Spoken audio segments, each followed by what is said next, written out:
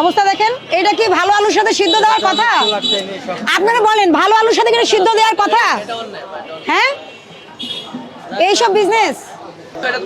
তুমি আলুটা ফ্রেশ করে ধুইয়া তারপর সিদ্ধ করবা। কারণ কি, এটা তো আর রান্না করে আর খাচ্ছে না, এটা কিন্তু মিক্স করবে। তুমিও খাও, এটা তো অন্য মানুষ কেউ খাবেন না, কেউ খাবেন না। এটা সরান, আমাকে লাইসেন্সটা একটু দেখান আপনাদের, আর আমি ফ্রিজটা দেখবো আপনাদের। হ্যাঁ, খোলেন। এটা এটা কি জিনিস? কখন বানাইছেন? কালকে রাত্রে বানানো। কালকে রাত্রে? কি কি আছে এটার মধ্যে? দই, দুধ, চিনি। কেন আপনারা ইনস্ট্যান্ট বানিয়ে দেন না ব্লেন্ডারে? এটা কি আপা যেই আসুক, লাচ্ছির দোকানে কি করে, সবাই তো ইনস্ট্যান্ট লাচ্ছি বানিয়ে দেয়, দইটা মিলিয়ে পানিটা বরফ দিয়ে। এই দই কি আপনারা বানান? এটা কারখানা। কারখানা?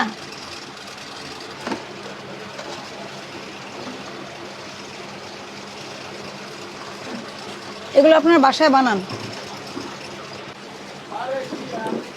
আর নিচে কি, এটা কি? আর ওগুলো কি ডিম? বের করেন।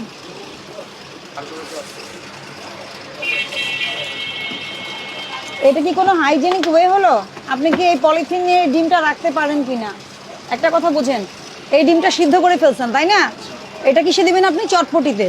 এটা তো আর রান্না করা হবে না, আপনি মিলিয়ে দিবেন। আপনি এইভাবে কখনোই রাখতে পারবেন না, এখানে ব্যাকটেরিয়া গ্রো করবে, পলিথিন ইউজ করতে পারবেন না। আপনি বক্সে রাখেন, যে প্লাস্টিকের যে ঢাকনাওয়ালা বক্স আছে ওগুলোতে রাখেন। এটা কি কোনোভাবে পরিষ্কার? এটা কোনো খাবার রাখার ওয়ে না, আপনি এভাবে রাখতে পারবেন না।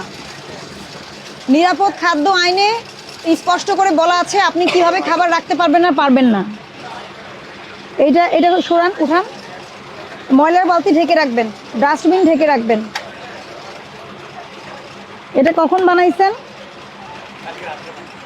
কালকে রাতে বানাইছেন। উনি বলছে কালকে রাতে, আপনি বলছেন সকালে। গ্যাস সিলিন্ডারটাও এখানে? এগুলো কি? এগুলো যে আপনার এমনি ড্যামেজ মাল। ড্যামেজ মাল? তাহলে ফেলে দিতে হবে না? না, ড্যামেজ কোম্পানি চেঞ্জ করে। আপনার তো এখানে কোনো জায়গাই নাই, একটা মানুষ দাঁড়ানোর জায়গা নাই, এমন স্পেস দিয়ে এখানে সিলিন্ডারটা রাখছেন আপনি, যে কোনো সময় এটা বার্স্ট হবে। এটা উঠান। বরফে আটকে গেছে। এটা কি খাবারে ব্যবহার করার জন্য প্লাস্টিক? এটা কিসের ড্রাম বলেন? আপনি বলেন কিসের ড্রাম, কোত্থেকে আনছেন? নিরাপদ খাদ্য আইনে স্পষ্ট বলা আছে আপনি খাবার কিসের সাথে রাখবেন, কিসের সাথে রাখবেন না, একদম স্পষ্ট নির্দেশনা আছে। কেমিক্যাল সেটা জানে, বলে যে কেমিক্যাল না। কেমিক্যালের ড্রামে কি সে লাচ্ছি ফালুদাগুলো রাখতে পারে কিনা? হ্যাঁ, এটা বরফ গলবে, এগুলো বের করবেন। দেখি, ধরেন। আলু কোথায় রাখছেন? গ্যাস সিলিন্ডারের ভিতরে? পচা আলু কেন আনছেন? পচা আলু কেন আনছেন? হ্যাঁ, তাহলে পচা হলে ফেলে দিবেন না। তাহলে এখানে এগুলো কি সিদ্ধ করছেন সব? পচা আলু আর ভালো আলু একসাথে সিদ্ধ করছেন? অবস্থা দেখেন, এটা কি ভালো আলুর সাথে সিদ্ধ দেওয়ার কথা?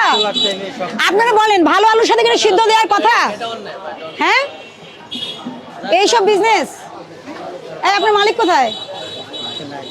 মালিক নাই মানে মালিককে ডাক দেন, ফোন করেন। আপনি কি করবেন? বস্তা থেকে যখন আলু বের করবেন থাকতে পারে পচা, পচা আলুটা আলাদা করে ফেলে দিবেন, ভালোটা সিদ্ধ দিবেন। এইটা কি আপনি কোনটা ভালো? কে বলতে বোঝা যায় না? দেখেন আপনি কোনো, এটা কি ধরনের ভুল? না না, এটা কি ধরনের ভুল? এরকমের ভুল আপনি করেন কেন? এটা কি ধরনের ভুল?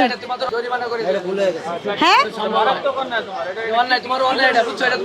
তুমি আলুটা ফ্রেশ করে ধুইয়া তারপর সিদ্ধ করবা। কারণ কি, এটা তো আর রান্না করে আর খাচ্ছে না, এটা কিন্তু মিক্স করবে। তুমিও খাও, এটা তো অন্য মানুষ কেউ খাবেন না, কেউ খাবেন না।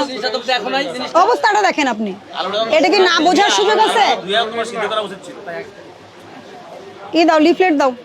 আপনি কে কমিটি কি কথা দিচ্ছেন? হ্যাঁ, কথা দিচ্ছেন যে এরা শুধরাবে? 1 লক্ষ টাকা জরিমানা করা যায়, আমি 30,000 টাকা জরিমানা করলাম। দ্রুত ব্যবস্থা নেবেন, অর্ধেকও করিনি। এইটা আপনার জীবনের শিক্ষা এবং আপনার চারপাশে যতজন আছে সবার জন্য এটা শিক্ষা।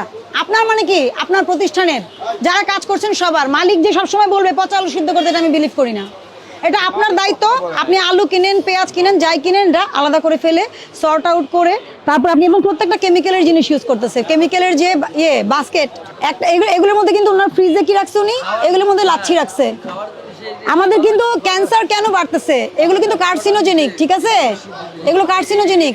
কারণ তো আপনার লাচ্ছিটা তো সরাসরি খাচ্ছেন না আপনি, এই যে কেমিক্যালের যে আছে গ্যালন, এগুলোর মধ্যে রাখা, এগুলো করে কিন্তু কেউ বিজনেস করতে পারবে না। আপনি একটা টিম করেন, টিম করে দরকার হলে আমাদের সহযোগিতা নেন, নিরাপদ খাদ্য কর্তৃপক্ষের সহযোগিতা নেন।